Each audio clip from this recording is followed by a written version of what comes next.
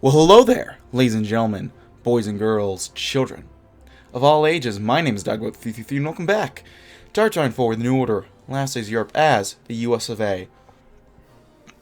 Now, you might have noticed from the last video, we went back a little bit in time. That's because we're having some issues. I had some issues later on when I was recording it, so I figured, you know what? I'll do a bit of a do-over because I want to do this a bit better, a bit more right. So we're gonna go ahead and do that right now. So real quick, let me give me timer.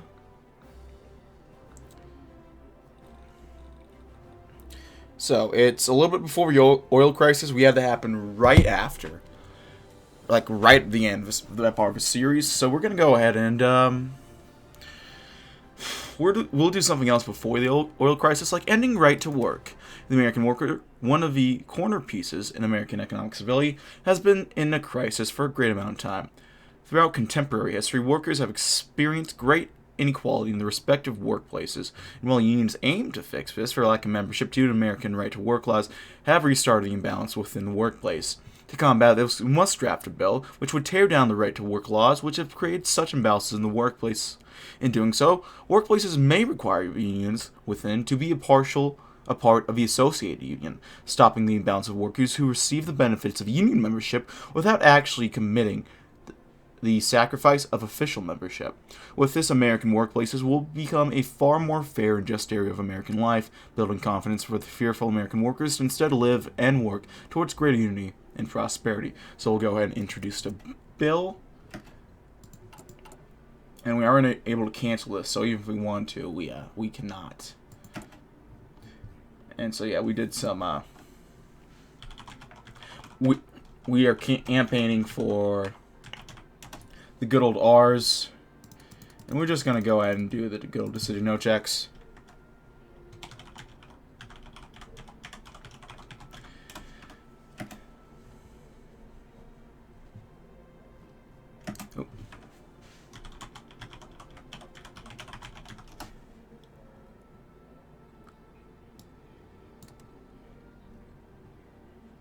I'll actually do that. I'll refrain. I'll refrain from campaigning in the South. I will.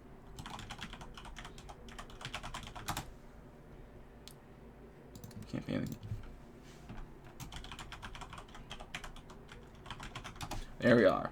I'll refrain from campaigning in the South because those might actually end up going down for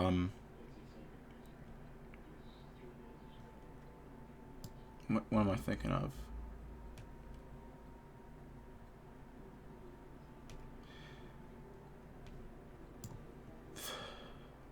Those might flip over to the center, away from the Democrats. Well, one might. So that actually might help us. And also work on Orion 2 instead of, whatever the heck it was before. Yep, I see. President Glenn muttered as he scribbled down some notes quickly on a small notebook, retrieved from his pocket with the Oval Office phone in the other. Completely understood, and in doing so, we will consider everything we can get for your idea. We are here for the American worker, don't you forget that. Be sure to reach back if there are any other projects we can expand upon. Alright, thank you, George. President Glenn said with a small laugh before hanging up the phone. Well, Mr. President, who was that, if I might ask? Metzenbaum asked, having been called into the Oval Office well in the middle of the phone call. Mr. Metzenbaum, I'd like to ask you for some advice. We've already got to work on hammering out all the details of this abolishment of right-to-work laws. Now we have some possibility to reach out even further, the President said. Mr. Metzenbaum can never quite get past the shock every moment of Glenn's genuine empathy. Well, Mr. President, the large corporations have already expressed their opposition to such support for unions, but what do you have in mind? The President sat in silence, pondering the issue back and forth. Mr. Metzenbaum, I just got off with a colleague, working with a few groups to collaborate on some legislative ideas. He's informing me that unions across the United States have stated their desire to enforce a 6-hour workday across the board, Glenn said, watching Metzenbaum's typical shock expression. Mr. President, sir, I know that we must care for the American worker, but businesses will be at our party's throats if we reach that far, and the Department of Commerce has established possible economic difficulties if we reach too far out for unions, the Chief of Staff noted. I understand, Howard, but if we aren't going to be the ones that reaches out that far, who will? He said, doling out respect to his justifiably shocked colleague. The American workforce has been one of diligence, one of survival, but shouldn't such men and women enjoy the freedom of their lives along with their work life? Or are they right, and we're going to pay for it, or worse, the bill gets killed before it can change anything? North and Steel will disapprove. South Rockies West.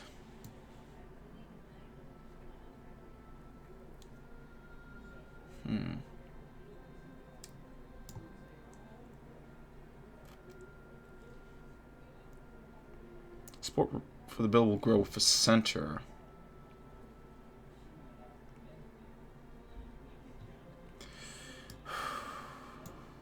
Let me remember, what's the layout of Congress looking like?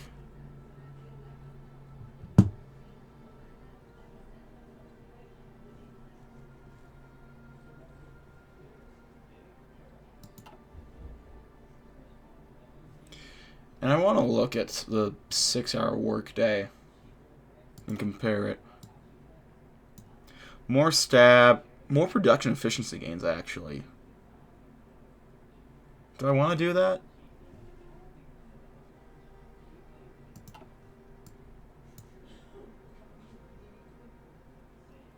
You know what, phone in the Department of Commerce, we're going to push further. North and Steel will approve, South Rockies in the West will disapprove.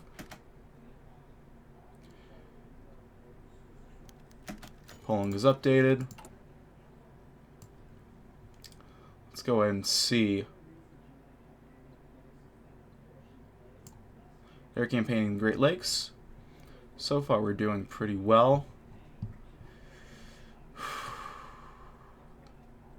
Yeah, the North is a complete toss-up. Wow. That is interesting.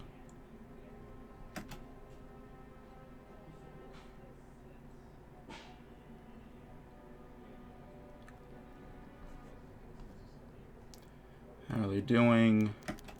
A good campaign. We have time to catch up.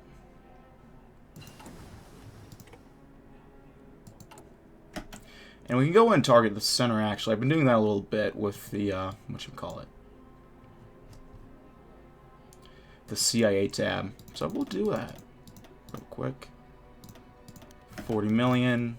Operation commence. Mission control. Hiring the techs.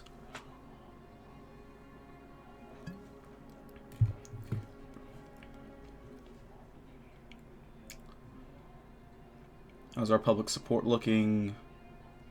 Pretty good, honestly. It's not bad. We have a bit of research we could maybe do.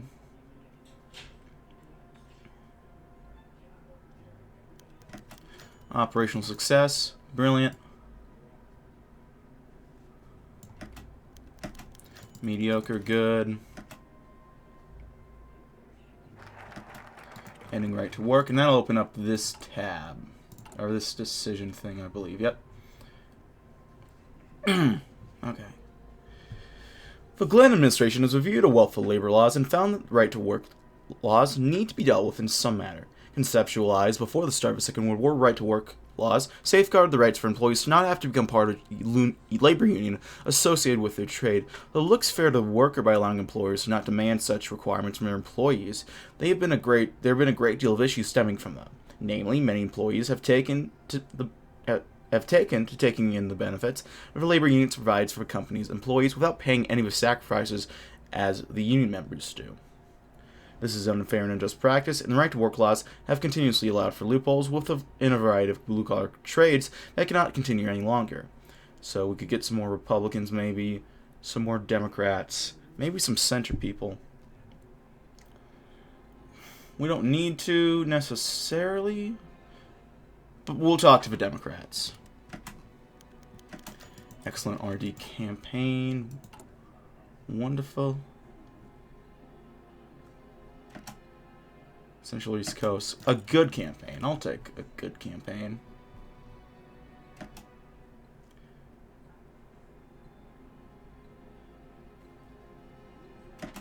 Alright, we have a focus we'll want to do.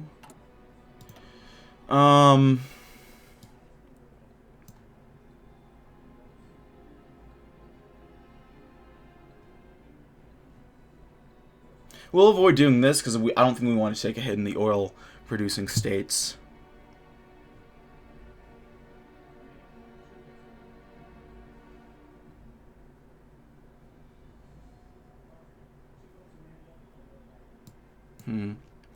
We'll do men over machines. Our computers are capable of calculations at speeds that would have been impossible a few decades ago, but they suffer from one fundamental flaw. They are only as good as the people operating them. The same goes for our spacecrafts. Intricate machines that require an advanced understanding of their operations. Every member of NASA must be intimately familiar with their role in the team and prepared to do their job, from Dirk Webb to the astronauts manning our spacecraft to the support staff at ground control. Machines serve our purposes well, but they will only reach other worlds under the guidance of men. That works for me.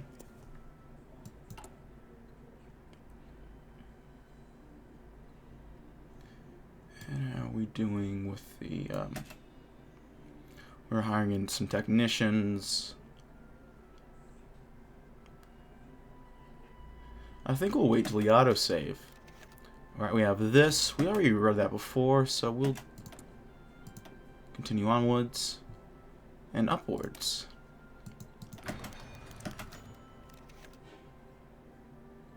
We insist on a direct line.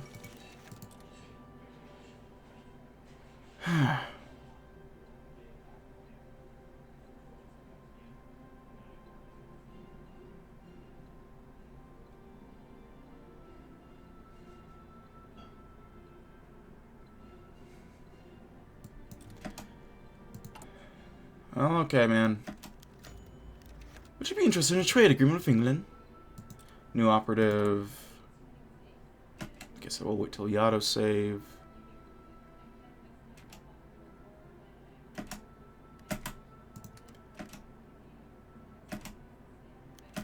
All systems normal. Onwards and upwards. 26 research points, 5 support from the unmanned mission. Beautiful.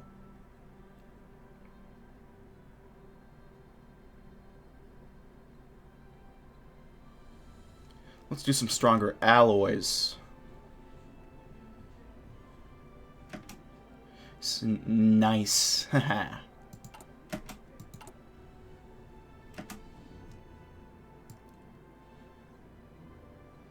The RDs are working together well. The MPB runs a miserable campaign. Isn't there a award for that? RD Unity. Okay. Decision. No checks.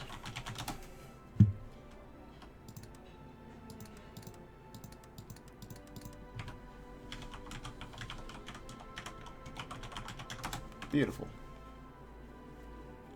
They were campaigning in the deep south. Okay. That's actually one place I won't mind them doing well. To knock out some Democrats. Because I think that'll help us more in the long run. Polls are updated.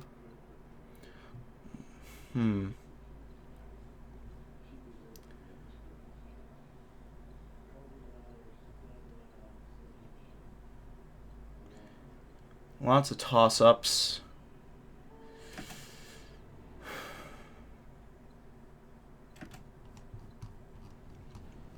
It'll be narrow in these places, but I think... Okay, we got one other senator to support our bill from the Democrat side. It won't matter. We'll get it through at this point. And this will just pass on its own, I believe.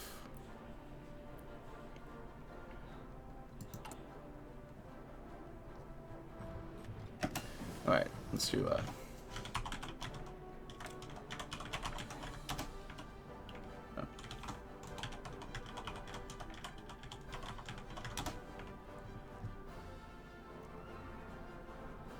Campaign in the central East Coast once more.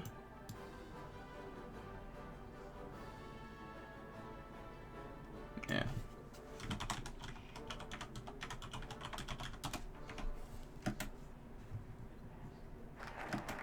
Men over machines. And about now we should have the oil crisis popping up. Do some advanced submarine hulls.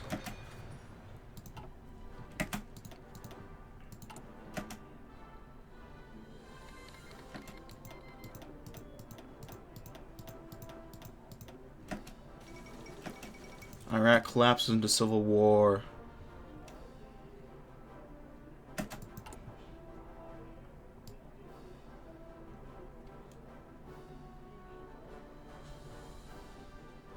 Nebraska's a toss-up, strangely enough. So is a center race.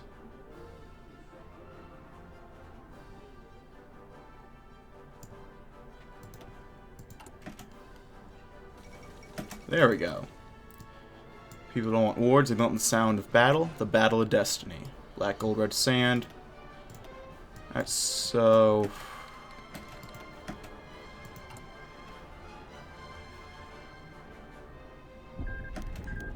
Machine falters. Running on fumes.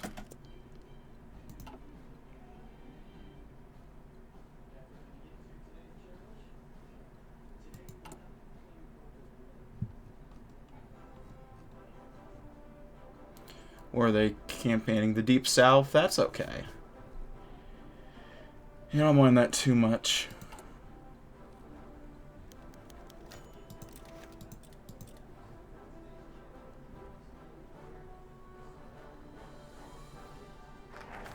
Running on fumes. We'll do everything's bigger in Texas. I think we read that before too. So we're working on that.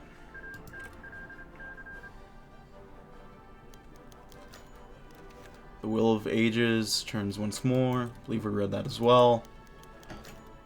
There we go.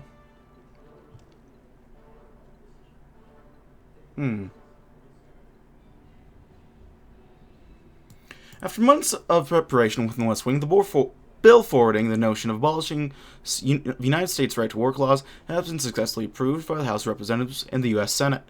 President John Glenn regards the signing of a bill into law as being a massive, quote, massive success for American working citizen and a crucial part of ending the stranglehold held by unfair workplaces and businessmen in the opposition of their workers. The Glenn administration is not the only group signing praise towards the passage of a bill, as many within the Department of Commerce have given large signs of approval towards the president in his cause to end the difficulties of the American working class. Right-to-work laws safeguarding a worker's right to not participate in a workers' union have been criticized by many common citizens. A coal miner from Virginia offered his applause to Glenn today, as he said that lots of people out there believe that the president is trying to get rid of us workers' rats. However, I have to say, knowing a lot of folk out here try to reap the benefits of unions without actually giving anything up, I think he's done has some pretty damn good intentions in what he's doing up there in the White House. Many such hardworking citizens stood in praise of the bill's final success in the legislative process, and many continue to celebrate into the night, allowing for them to return to work more safe and secure than ever. However, that's not to say everyone agrees with the Glenn administration's work to end the right to work. Many large business owners have offered criticisms to the press in response to the passage bill. We business owners of America find that this bill is gripping us all together in some sort of oppressive class in America today. I run a business with regulations that I find fair, or else I wouldn't have employees in the first place. President Glenn is looking to sink the American economy to the ground. As both parties celebrate and brood over their successes and losses, time can only tell how the American working environment will be changed by the Glenn administration's work with unity and freedom for the workers of America. There we go. This North and Steel Belt will approve of this. Our public support is going to go way up. We're at 72%. There we go. The NPP runs an incredible campaign in the South, Central East Coast. A good campaign in the East. I'll honestly take that. That's okay.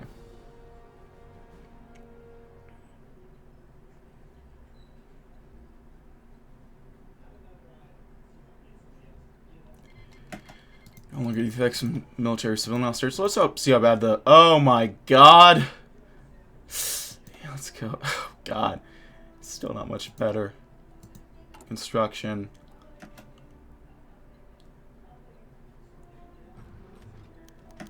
Polls are updated. Where are they campaigning? Great Plains.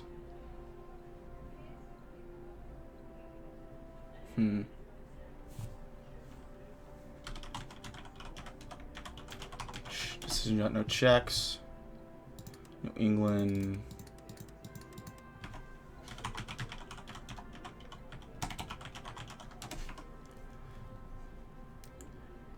Ooh, Arizona and New Mexico has a toss-up. Interesting.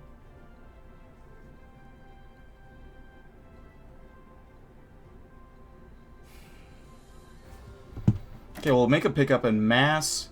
Probably hold on in Maine. Everything's bigger in Texas. Okay, let's go and do set the prices. Opportunistic businessmen have already implemented outrageous prices on the cost of gasoline and oil-related products. This cannot stand. Effective immediately, the federal government will implement wide-reaching price controls to permit an efficient system of enforcing to ensure that no ludicrous pricing slips through the cracks. While the less ethical viewpoint of crisis would be to sustain profit, we must ensure affordability for the common consumer. Price controls will also help us slow down our soon-to-increase inflation rates and provide some more stability in local markets. Those who are looking to burst and profit up such a disastrous crisis must be restricted and taught the error ways for the good of a nation.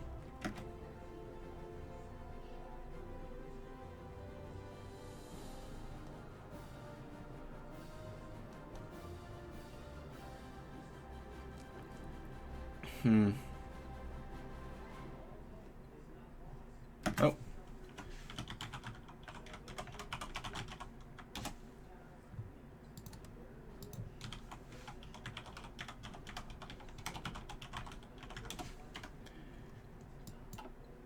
Yeah, needless to say, I don't think we're doing too well right now when it comes to, well, we're doing fine with mission control, but I think we might want to wait, because we already done a couple of Ryan missions.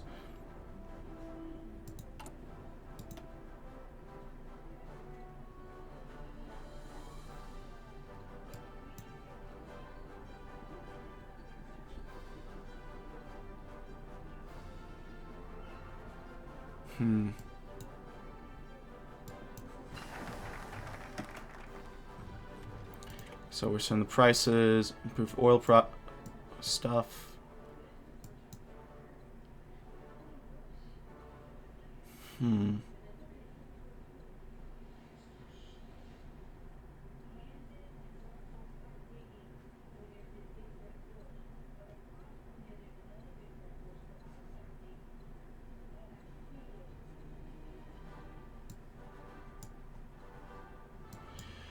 We'll do the Federal Energy Office. Our current past administration has not had any dedicated resources to meet the energy requirements of a country. With current crisis in full swing, this can no longer stand. Through an executive order and hopefully action from the legislative branch, we can create an agency which is responsible for managing as well as allocating our supply of electricity, collecting information on the power needs of America, coordinate foreign policy measures to keep our trade of natural resources, which can produce energy, and can regulate prices. While the office will of course increase efficiency and scope with time, perhaps even become a fully fledged cabinet-level department one day, their efforts now will manage this crisis to a point where it does not strain an unprepared bureaucracy. There we go. New bit of research. Let's go work on the new main battle tanks.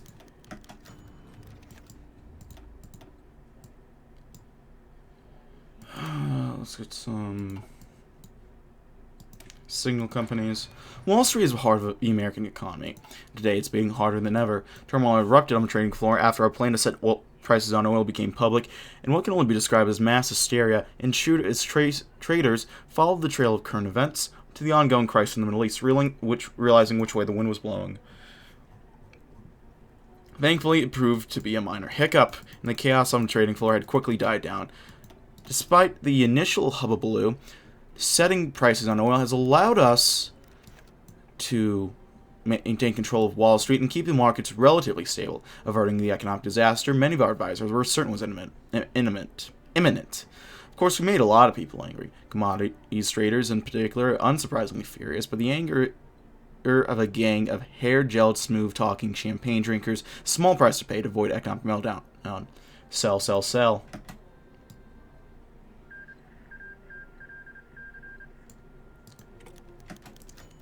They run a lackluster campaign. Where was that again?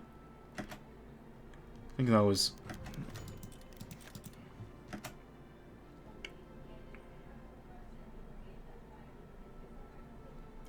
Hey, I'll take it.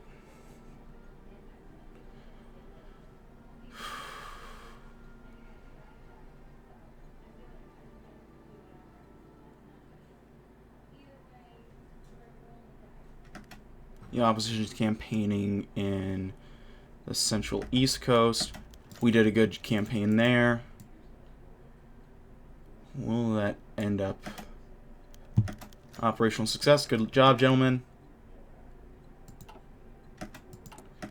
Oh, election year. Federal Energy Office. We'll do enforced rationing. Despite creating efficiency bottlenecks, enforcing strict price controls, and increasing our immediate as well as future supply of oil, is simply not enough. This is a full-blown national emergency, and as such, we'll have to enforce rationing in our markets. Our system can't work as well as it is able to if our supply of oil isn't evenly spread. Businesses, private citizens, or agencies hoarding supplies of gasoline or crude supplies is simply unacceptable. We'll have a responsibility to ensure an even supply spread, perhaps even implementing ration cards and creating the powers of the Federal Energy Office to punish those who do not comply. A filling spread supply of oil is better than no oil for some, as it goes.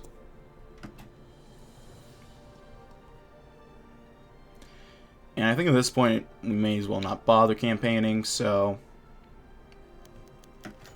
Polls are updated.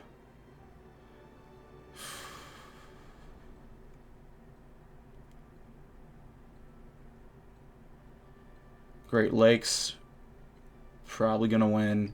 Arizona, probably going to win. Mississippi, we'll wait and see. All of these are toss-ups. Wow.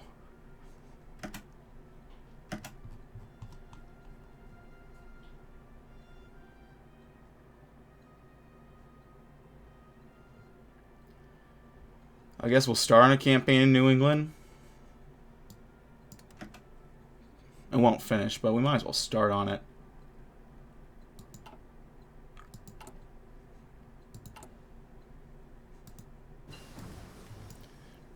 Advanced attack submarine hulls. Very good. Get some submarine reactors.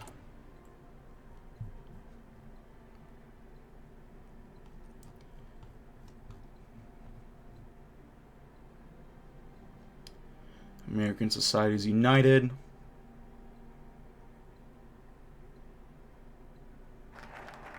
Enforced rationing, beautiful. Let's do the synthetic alternative. Recent advance in technology and scientific research has offered potential breakthroughs in alternative supplies of fuel. Although existing technology has already existed and was implemented by the Germans during the Second World War, it's now at a point where it is efficient and advanced enough to contribute to civilian supplies of fuel. Experts and cabinet advisors are skeptical about the short-term applications of subsidizing such an experimental process, given the scale will be implemented on is mild at best. However, with time and enough funds thrown their way, we're sure that at least a stable supply of synthetics will, at the very least, reduce the negative impacts of the future energy crises.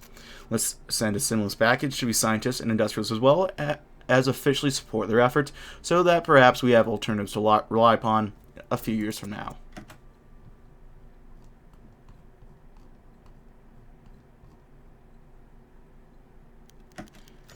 The NPP runs a miserable campaign. Isn't there a German word for this feeling? Alright, let's see. Center, center.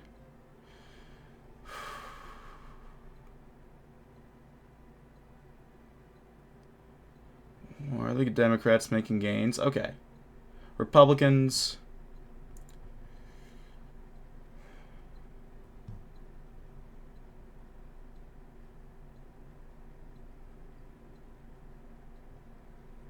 Okay, actually not too much of a dramatic difference.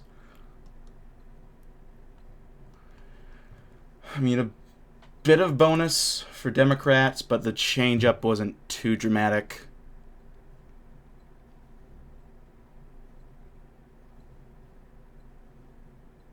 Yeah, okay.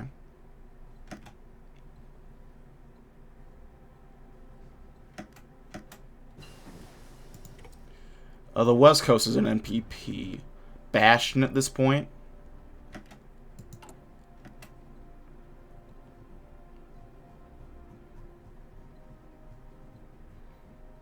But their bastions elsewhere are kind of lower, are weakening up a bit.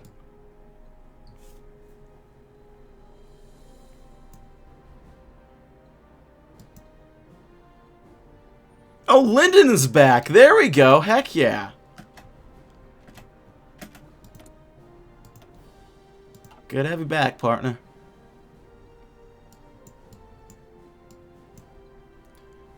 Fuck it. Mountaineers, I don't know.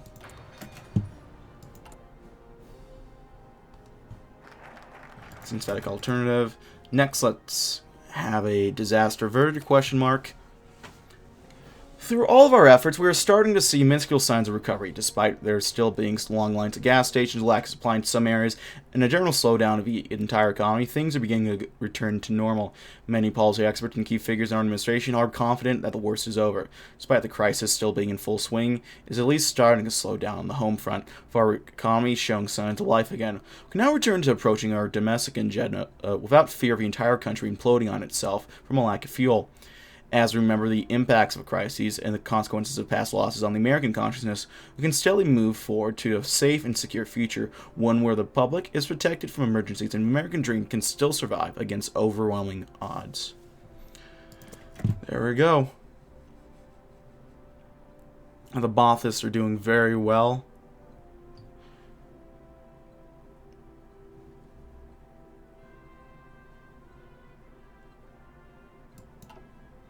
In Iraq, which I notice they usually tend to do.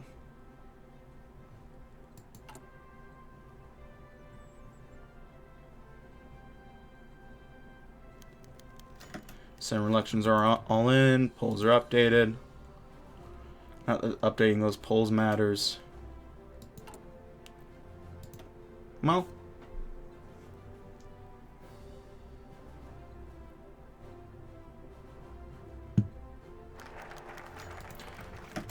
Oil prices have finally fallen from their peaks after fast, painstaking action from Washington in the crisis' immediate days. Once grown to exponential heights, they've now begun to take their slow yet inexorable decline to bearable lows. It may take years before they fully return to normal, if they ever return, of course, but America sighs a breath of relief regardless. Its people knowing they can finally go back to work and reasonably pay for the essentials, and its government knowing it can finally turn outwards to address the oil shock's root cause. Many can reasonably point to Italy's crumbling empire in the Middle East as point zero of the world's market's new growing pain.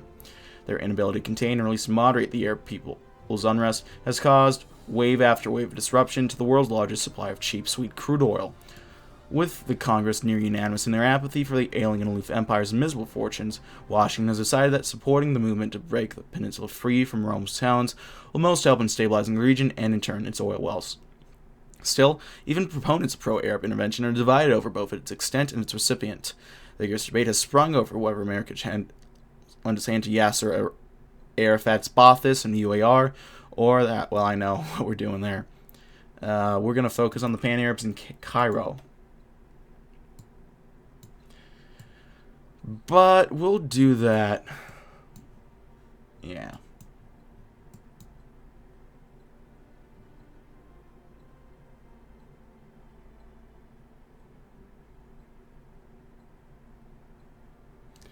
That'll all come in time. Until then, I'm thinking we'll do Project Delos. No American has been to space since 1962, when the American space program had its funding slashed over the protests of our current president. Our unmanned program has made great strides toward the ultimate goal, but to prove ourselves to the American people and humanity, we must return to orbit. Project Delos will put a man in orbit for the first time since Robert Kolner's moon landing in January 1962, further our study of space travel and its effects on the human body, and show the world that the United States of America has returned to the race across the final frontier. There we go. Looming disaster has been avoided for now, and oil flows again freely through American veins thanks to our oil rationing and price setting and the expansion of our domestic petroleum industry. Now our citizens once again drive to their dead-end jobs and heat up their TV dinners without fear of impediment. And thank goodness for that, because without oil, America would come apart like a house of cards in a tropical typhoon. Nevertheless, we can't allow ourselves to become complacent. The turmoil in the Middle East doesn't look like it's going to stop anytime soon, although the brunt of the crisis has been averted for the time being. If violence escalates, we can simply expect chaotic impact on America's market. Our oil supply is already stretched pretty far, and the worse it gets, the more draconian response will have to be just to keep the wheels spinning. Frankly, the reports coming in from our men in the Middle East are getting bleaker by the day. Oil distribution is still far from secure, and it appears as if none of the players have the power to end this conflict quickly. More worryingly, we just received a report from CIA about several UAR nations joining into a single political entity, but who's to say it's accurate? All kinds of rumors are pouring in, and it's getting more and more difficult to separate truth from baseless gossip. Right now, there's no way to tell which way the wind's blowing, and that kind of uncertainty isn't good for anyone. We'll have to wait and see, but at least it seems the worst has been avoided. For now. Back to normal-ish.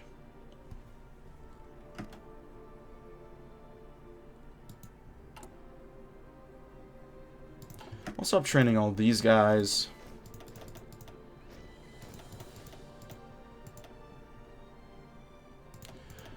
We'll train 10 more airborne guys.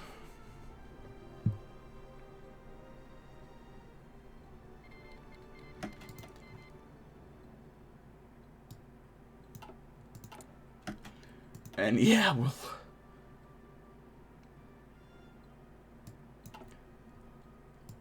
try to save our debt from blowing up as much as it can.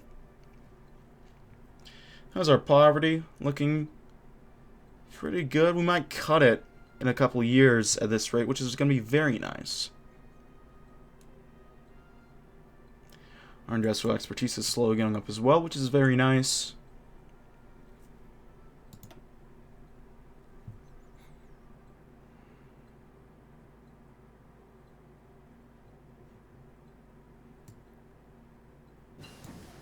Signal companies, Project Delos.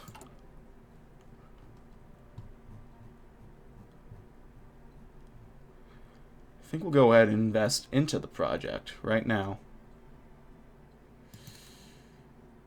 Yeah. We'll run a diagnosis simulation. And then next...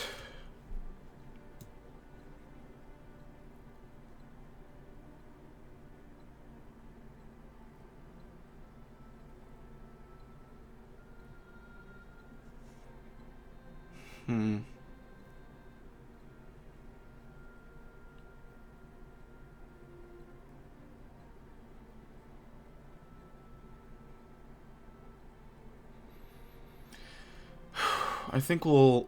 Do we want to get working on Social Security now? I think we might want to.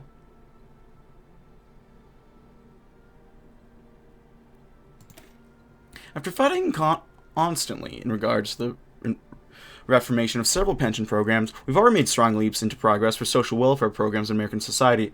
However, every program created thus far has been aimed towards a specific group, and it's time to look outward into a social security program for every American citizen across the nation. The beginning of such a creation will act as a new means of providing for the average man and woman and usher in a new wave of confidence and prosperity in a time of financial fears and instability. In safeguarding Americans from financial failure and offering provisions in the case of economic recession, we will put many Americans' fears of progress to rest, and allow the American economy to expand as it never has before. Yes, while it may be the cost of government funding, it is not the care and concern of the people that we are looking to expand upon it in the first place, and offer them happiness in such dire times. No, I think that's fair, personally.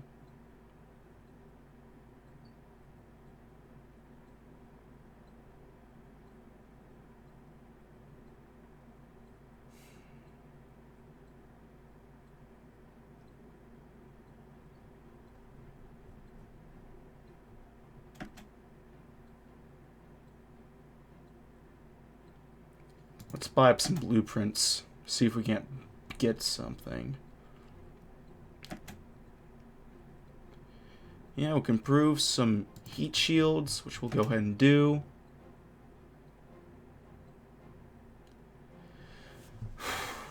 We'll probably have to up our budget sometime soon. We'll go ahead and target the center. 35 million.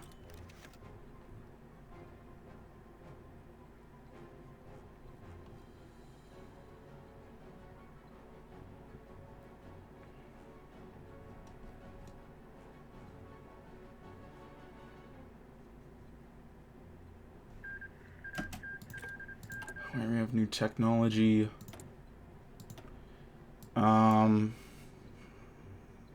More signal companies. Why not? The unkept promise. So I believe we can take a look and... Yep.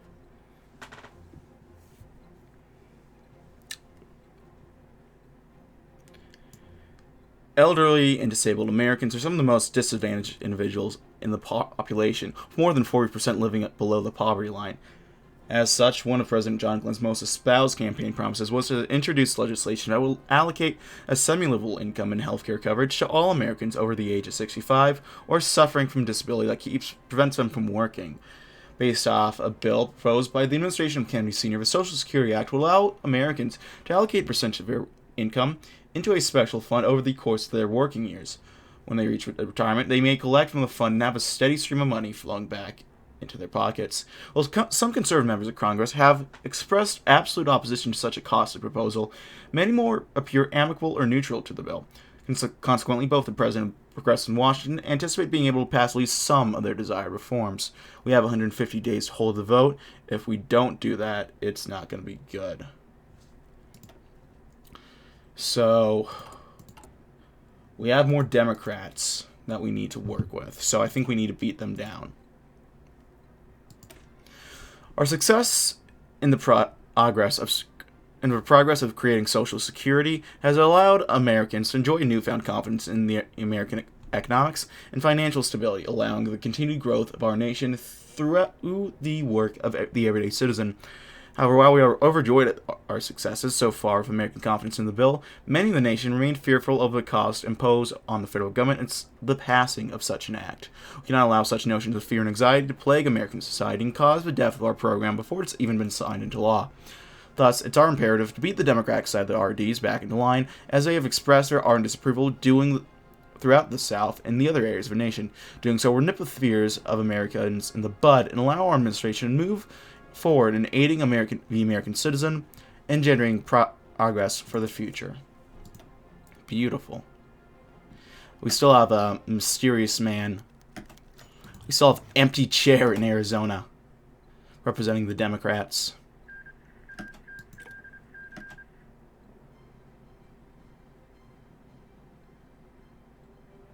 Because, of course,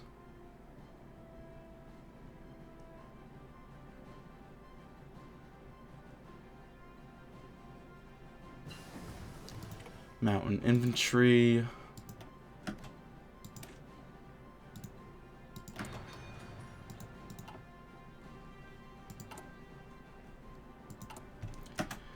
Alright, let's go ahead and check the Deadlifts project.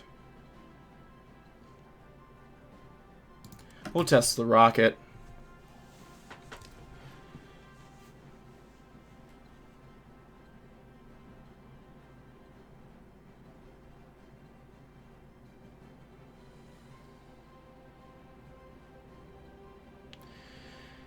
We'll do the improved heat shields.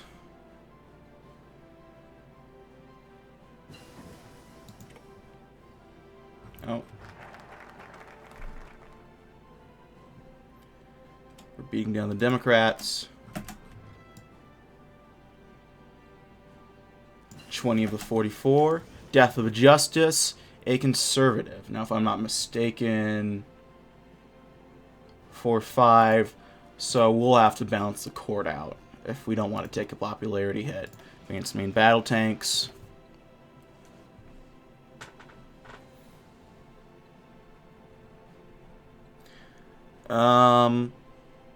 Let's hold back the South. Many of these administration back the foundation of the Social Security Act. However, fears continue to spread throughout the public and governmental levels. Having said that, there's an obvious group to point in nominating suspects for such fear-mongering. The Dixiecrats within the RDs remain strong in their opposition towards the bill and have dared to claim that its lack of functionality will only be matched by its cost. With that, we must remind them that the RDs must stand together. In doing so, they must be just as willing as the Democrats, as the Republicans, to be complying to Democratic demands.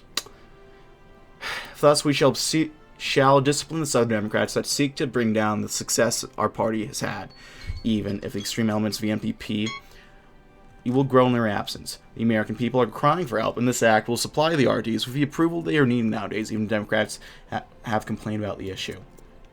That's all we can do, ladies and gentlemen. That's literally all we can do, because I have to cut it here. Thank you as I was watching, however. If you liked this video, go ahead and leave a like. If not, feel free to dislike. If you want to see more of this content in the future, go ahead and hit the sub button from uploads every weekday, as well as occasionally Saturdays. If you have any comments, feedback, concerns, anything of the sort, leave in the comment section below. I read all the comments to get it and appreciate any all feedback you might have from me. If you want to send a few bucks more, I have a Patreon. If you want to share play games, I have a Discord. If you want to see me do stories of live, I have a Twitch, all which are down link below. Thank you as always for watching, ladies and gentlemen. My name has been DB333, and I'll see you guys next time. Goodbye.